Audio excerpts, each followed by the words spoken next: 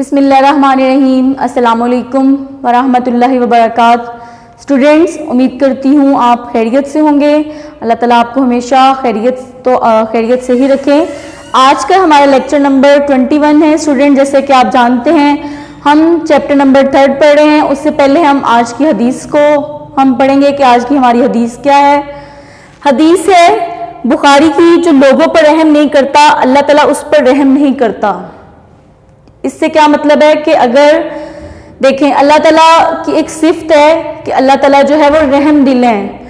چاہے وہ کوئی بھی انسان ہو، مطلب وہ غلط کام بھی کرتا ہے، اگر ہم اللہ تعالیٰ سے ایک بار معافی مانگتے ہیں، اللہ تعالیٰ سے توبہ کرتے ہیں تو وہ ہمیں فوراً معاف کر دیتا ہے. کیوں؟ کیونکہ اللہ تعالیٰ کی صفت ہے کہ وہ رحم دل ہے، وہ لوگوں کو جو ہے وہ معاف کرنے والا ہے. اسی طرح اللہ تعالیٰ نے جو اپنی صفات ہیں، جو لوگ اپنے اندر یہ اللہ تعالیٰ کی صفات رکھتے ہیں، اللہ تعالیٰ ان کو پسند کرتا ہے. اور جو اللہ تعالیٰ کی ان صفات کو، اللہ تعالیٰ کی یہ جو صفت ہے کہ وہ رحم دل ہے، وہ نہیں رکھتے تو اللہ تعالیٰ بھی ان پہ رحم نہیں کرتا. جیسے کہ فار ایگزامپل آپ کسی انسان کو معاف نہیں کرتے، یا کسی نے کوئی گناہ کیا ہے، غلطی کی ہے، تو وہ آپ اس کو معاف نہیں کرتے تو اللہ تعالیٰ بھی آپ کو معاف نہیں کرتا.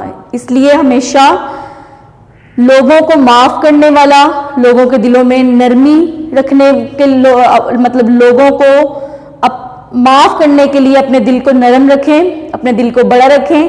اللہ تعالیٰ آپ کو اس کا اجر و ثواب بھی دیتے ہیں، اور اللہ تعالیٰ آپ کو اس کو آخرت کے دن جو ہے وہ معاف بھی کریں گے. ٹھیک ہے، یہ اندر جو ہے اپنے اندر ایک کوالٹی پیدا کر لیں کہ اگر کوئی غلط کام کرتا ہے، جیسے کہ قرآن پاک میں بھی اللہ تعالیٰ فرماتے ہیں کہ بے شک اللہ تعالیٰ معاف کرنے والوں کو پسند کرتے ہیں. ایسے ہی ایک واقعہ ہے، حضرت امام حسن وضو کر رہے تھے، تو ان کا ایک جو ملازم تھا وہ ان کو وضو کروا رہا تھا. تو اس ملازم سے جو پہلے زمانے میں لوٹے میں پانی ڈال کے وضو کرتے تھے، اس نے وہ جو لوٹے کی نوک تھی وہ ان کی ناک پہ لگی تو ان کو غصہ آ گیا. اس نے آگے سے قرآن پاک کی آیت پڑھی، وَالْكَاظِمِينَ غَيْظَ، اور غصے کو پی جانے والے. انہوں نے آگے سے غصہ پی لیا. آگے سے اس نے کہا وَالْعَافِينَ عَنِ النَّاسِ، اور لوگوں کو معاف کرنے والے. انہوں نے آگے سے ان کو معاف کر دیا. آگے سے انہوں نے کہا وَاللَّهُ يُحِبُّ الْمُحْسِنِينَ، اور اللہ تعالیٰ احسان کرنے والوں کو پسند کرتے ہیں. تو انہوں نے اپنے غلام کو آزاد کر دیا. مطلب اللہ تعالیٰ ان کو پسند کرتا ہے جو اللہ تعالیٰ کی صفات رکھتے ہیں. لہٰذا ہمیشہ اپنے دل میں دوسروں کے لیے نرم جذبہ رکھیں، اپنے دل کو بڑا رکھیں، اپنے دل کو وسیع رکھیں کہ آپ دوسروں کو معاف کر سکیں، تاکہ آپ کو بھی اللہ تعالیٰ معاف کریں. ٹھیک ہے، آپ پہ رحم کریں. یہ تو ہماری حدیث ہوئی. ہم اپنے لیسن پہ آتے ہیں. جیسے کہ سبق نمبر 3 پر ہم معاشی ترقی پڑھ رہے ہیں. ہمارے لاسٹ ٹاپک ہے آج کے اس چیپٹر کے، غربت کی وجوہات اور پاکستان کی بندرگاہوں اور خوشگودیوں کی اہمیت. ٹھیک ہے، پاکستان میں غربت کے اسباب کیا ہیں؟ بیسیکلی پاکستان میں غربت کی جو شرح ہے وہ تقریباً 7% شہری علاقوں میں ہے، جبکہ دیہاتی علاقوں میں جو ہے وہ 15% ہے غربت کی شرح.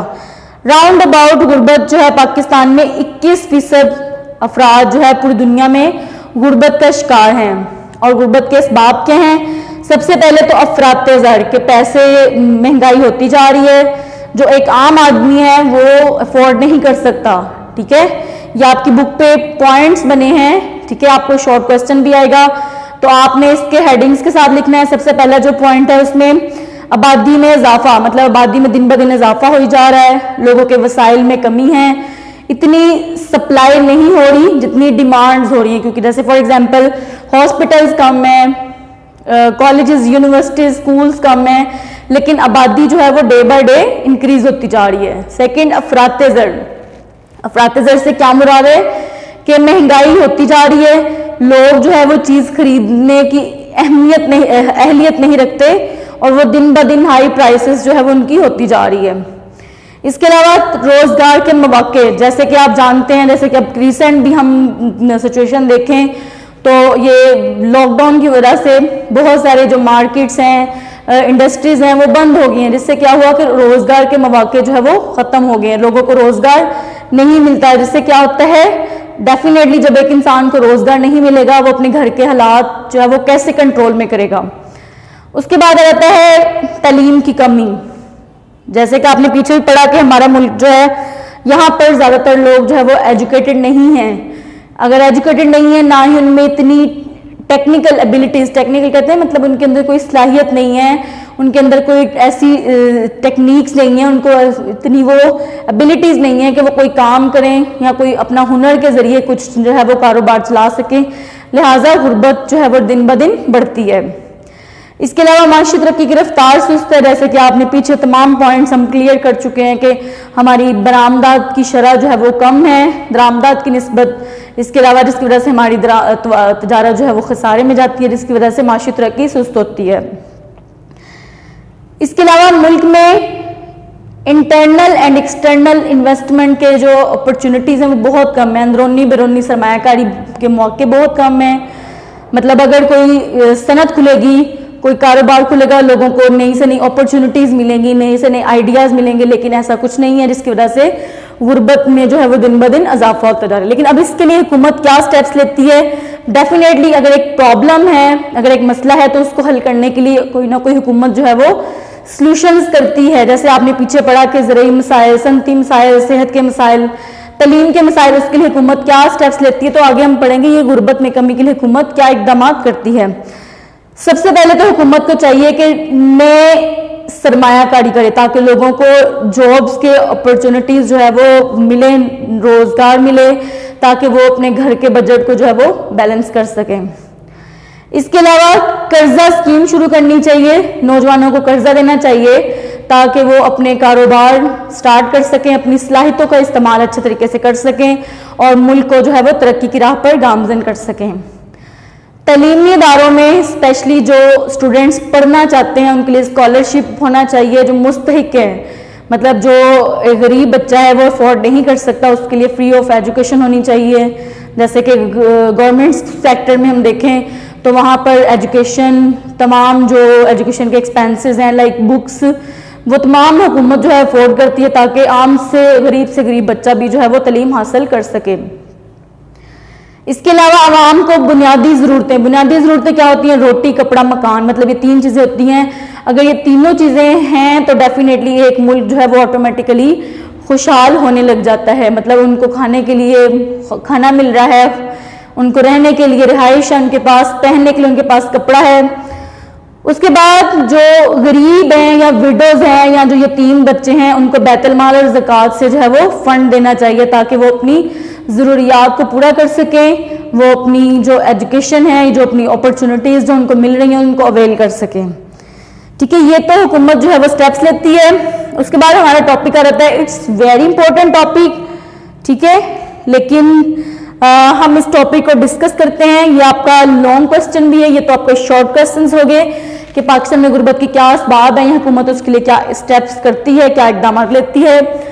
بندرگاہ کسے کہتے ہیں؟ پاکستان میں بندرگاہوں کی اہمیت. سب سے پہلے تو ہم یہ ڈسکس کریں گے کہ بندرگاہ کسے کہتے ہیں. بندرگاہ کہتے ہیں definitely 10th class. As you know ہمارا ملک کے جو جنوب میں جو ہے وہ بحیرہ عرب واقع ہے، ہمارے ملک کے ساتھ سمندر کنیکٹ کرتا ہے. لہٰذا جہاں پر پانی کا بہاؤ اتار چڑھا ہوتا ہے، کم ہوتا ہے، وہاں پر سی پورٹس بنائی جاتی ہیں. ٹھیک ہے، بندرگاہیں جسے کہتے ہیں. مطلب جہاں پر جہاز اپنا سامان اتارتے ہیں، چڑھاتے ہیں، جیسے کہ بحری جہاز جسے ہم کہتے ہیں، کنٹینر شپ کہتے ہیں، آئل ٹینکرز، وہ مختلف سامان لے کے آتے ہیں مختلف ممالک سے اور ان کو ہم آگے درآمدات کرتے ہیں. درآمدات بہت اچھے طریقے سے آپ لوگ جو ہے وہ جان چکے ہیں. پاکستان میں بندرگاہوں کی اہمیت، بندرگاہ کا میں نے آپ کو سمجھا دیا ہے. تو ان کی اہمیت کیا ہے؟ ڈیفینیٹلی ہمارے ملک سے سمندر لنک کرتا ہے. ہمارا ملک جو ہے سمندر جو ہے وہ گرم پانی مطلب سارا سال وہ پانی جو ہے وہ بہاؤ کے ساتھ چلتا ہے.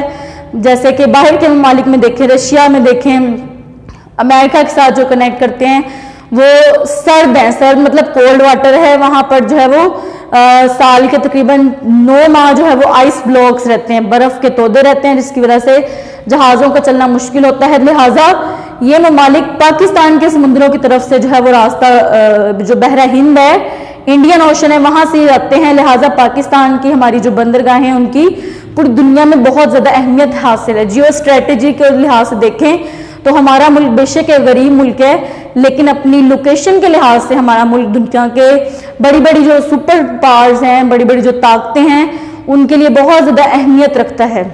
اس کے علاوہ وہ ممالک جن کے ساتھ جو ہے وہ سمندر کنیکٹ نہیں کرتا، وہ بھی ہماری بندرگاہوں کے راستے کو استعمال کرتے ہیں، جیسے کہ افغانستان کو دیکھیں یا آذربائیجان، تاجکستان، ترکمانستان وغیرہ۔ پاکستان کی اہم بندرگاہیں جو ہے وہ کون سی ہیں؟ اسپیشلی پاکستان کی جو اہم بندرگاہ ہیں گوادر ہیں، بن قاسم ہے، کراچی بندرگاہ ہے، اور اس کے علاوہ جو نئی بندرگاہ قائم کی گئی صوبہ بلوچستان کے ساحل پر چین کی مدد سے ایک جدید جو ہے وہ نئی بندرگاہ قائم کی گئی ہے۔ تجارت کی بندرگاہ کی سہولتوں کے ساتھ ساتھ بحری جہازوں کو بھی اہمیت حاصل ہے۔ حکومت نے باقاعدہ ایک نیشنل شپنگ کارپوریشن کی نگرانی میں جو ہے وہ ادارہ بنایا جو اس کی نگرانی میں کام کرتا ہے، اس پہ آبزرویشن رکھتا ہے۔ تجارتی مال غیر ممالک کو پہنچانے، اور پاکستان کے پاس کئی بحری مال برادرز جو جیسے کہ مال گاڑیاں جو سامان لے کے آتی ہیں، اس طرح بحری جہاز جو سامان لے کے آتے ہیں وہ بھی پاکستان کے پاس پائے جاتے ہیں۔ اس کے علاوہ پاکستان یہ کہ جہاز جو ہے مشرق میں جاپان، چین کی بندرگاہوں اور مغرب میں مسلم ممالک کے علاوہ یورپی، برطانوی ریاستہائے متحدہ امریکہ کی بندرگاہوں کو مال پہنچاتے ہیں، اور ان ممالک کا مال پاکستان لاتے ہیں اور کثیر منافع جو ہے وہ کماتے ہیں۔ یہ تو ہوئی ہماری بندرگاہیں۔ اہم بندرگاہیں کون سی ہیں؟ بن قاسم، کراچی بندرگاہ اور گوادر۔ بن قاسم، گوادر جو صوبہ بلوچستان کے ساحل پر بنائی گئی ہے۔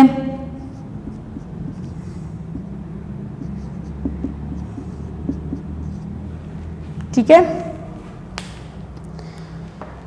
اس کے بعد آتا ہے ہمارا نیکسٹ ٹاپک پاکستان کی خشک ودی۔ یہ دونوں ہی آپ کے لانگ کوسچن ہیں، ٹھیک ہے، دونوں ہی اکثر بورڈ میں کوسچن جو ہے وہ آ جاتا ہے، یہ ایک ہی کوسچن ہے، بندرگاہ اور خشک ودیوں کی اہمیت۔ خشک ودیوں کہتے ہیں جیسے کہ بندرگاہیں ہم نے ڈسکس کیا کہ سمندروں کے پاس راستہ ہوتا ہے جہاں پہ جہاز اترتے ہیں، چڑھتے ہیں، سامان اتارتے، لایا وغیرہ جاتا ہے۔ خشک گودیاں، دیکھیں خشک مطلب ڈرائی، گودیاں ڈرائی پورٹس، یہ تو سمندروں کے پاس تھی، مطلب جسے گودام بھی کہہ سکتے ہیں جہاں پہ سامان رکھا جاتا ہے، حکومت سامان رکھتی ہے اور وہاں پر پھر ٹرک کے ذریعے ان کو جو ہے وہ بائی روڈ جو ہے وہ سامان پہنچایا جاتا ہے۔ پاکستان میں سب سے پہلی خشک گودی 1973 میں لاہور میں تعمیر کی گئی۔ اس کی مطلب کامیابی کے بعد مطلب دیکھا گیا کس طرح سامان کو سٹور کیا گیا اور آگے سپلائی کیا گیا، تو اس کے بعد جو ہے کراچی 1974 میں اس کو بنایا گیا، کوئٹہ 1984، پشاور 1986، ملتان 1988، راولپنڈی 1990 میں خشک ودیاں جو ہے وہ بنائی گئی۔ اس کے علاوہ پرائیویٹ سیکٹر میں بھی کئی خشک ودیاں قائم کی گئی جن میں سیالکوٹ 1984، فیصل آباد خشک ودی 1994 جو ہے وہ اہمیت رکھتی ہیں۔ ان خشک ودیوں کے باعث ملکی تجارت میں مثبت تبدیلیاں آئی ہیں، جس سے ملکی تجارت میں جو ہے وہ مثبت تبدیلیاں آنے کی وجہ سے کیا ہوا ہے کہ حکومت جو ملک ہوتا ہے وہ معیشت اس کی جو ہے وہ بہتر ہوتی ہے، معاشی ترقی میں اضافہ ہوتا ہے، اور اس سے کیا ہوا کہ معیشت ہماری اچھی ہونے سے ڈیفینیٹلی لوگوں کو اپرچونٹیز ملتی ہیں، روزگار ملتا ہے، ملک جو ہے وہ اس کی جو ہے وہ معیشت بہتر ہوتی ہے، جس کی وجہ سے ملک معاشی ترقی میں جو ہے وہ اضافہ ہوتا ہے۔ آج کا ہمارا ٹاپک جو ہے وہ کلیئر ہوتا ہے، چیپٹر نمبر 3 ہمارا کلوز ہوتا ہے اسٹوڈینٹس۔ اس کی ایکسرسائز پہ آ جائیں ہم، ٹھیک ہے، تو ایسے ایکسرسائز میں ہم دیکھیں، سب سے پہلے میں آپ کو ایم سی کیو اس کے کلیئر کر دیتی ہوں، میں صرف آپ کو اس کے جو ہے وہ آنسر ریپیٹ کر رہی ہوں، آپ اس کے جو آنسرز ہیں وہ اچھے طریقے سے جو ہے وہ چیک کر لیں، ٹھیک ہے۔ سب سے پہلے آ جائیں، معاشی ترقی سے مراد ہے اشیاء خدمات کی پیداوار میں اضافہ۔ سیکنڈ آپشن جو ہے مالیاتی ادارہ قائم کیا گیا 1952۔ تھرڈ آپشن پاکستانی معیشت ترقی یافتہ۔ پاکستان میں 5 سالہ منصوبہ بندی کا آغاز ہوا 1955۔ پہلی خشک ودی کا آغاز کیا گیا، تعمیر کی گئی لاہور میں۔ پاکستان کھانے کا تیل برآمد کرتا ہے ملائیشیا، امریکہ، سری لنکا کے علاوہ ملائیشیا آپشن ہے۔ 7 آپشن جو ہے وہ تربیلا ڈیم ہے۔ 8 آپشن 1960۔ 9 آپشن زراعت۔ 10 آپشن جنرل محمد ایوب خان۔ اس کے ساتھ ساتھ ہم نے تمام شارٹ کوسچن اور لانگ کوسچن بھی کمپلیٹ کر لیے ہیں۔ امید کرتی ہوں آپ نے یہ چیپٹر 10 کلاس بہت اچھے طریقے سے انڈرسٹینڈ کیا ہوگا، اور کوشش کریں پیچھے سے جب بھی آپ نیکسٹ ٹاپک سٹارٹ کریں، پیچھے والا جو ٹاپک ہے ایک بار اس کو جو ہے وہ 1 ٹائم یا 2 ٹائم ریپیٹ کر لیا کریں۔ اس طرح یہ ہوگا کہ آپ کی پریکٹس ہوتی رہے گی اور آپ کی لرننگ بھی جو ہے وہ اچھی ہوگی. اور اس کے علاوہ مین پوائنٹس ہوتے ہیں وہ لکھ کر دیکھا کریں تاکہ آپ کی جو گرامٹیکلی مسٹیکس ہوتی ہیں وہ بھی ٹھیک ہو جائیں. آج کا لیکچر ہم کلوز کرتے ہیں. امید کرتی ہوں گی لیکچر کا ٹاپک جو ہے بہت اچھے سے سمجھا ہوگا. نیکسٹ لیکچر میں نیکسٹ ٹاپک کے ساتھ ہم ملیں گے. اپنا بہت سارا خیال رکھیے گا, دعاؤں میں یاد رکھیے گا اسٹوڈنٹس. اللہ حافظ.